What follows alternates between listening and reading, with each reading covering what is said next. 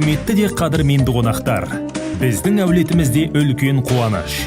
Ұлымыз Ұлан мен келініміз Даяна отау құрып, шаңырақ көтеріп жатыр. Сіздерді 2021 жылы 15 шілде күні сағат 12:00-де болатын салтанатты тойымызға шақырамыз. Шаттыққа жайылған ақ дастарханымыздың қадірлі қонағы болыңыздар. Мекен жайымыз Шымкент қаласы, Royal Rose мейрамханасы. Той иесі Сәкен Бақыт.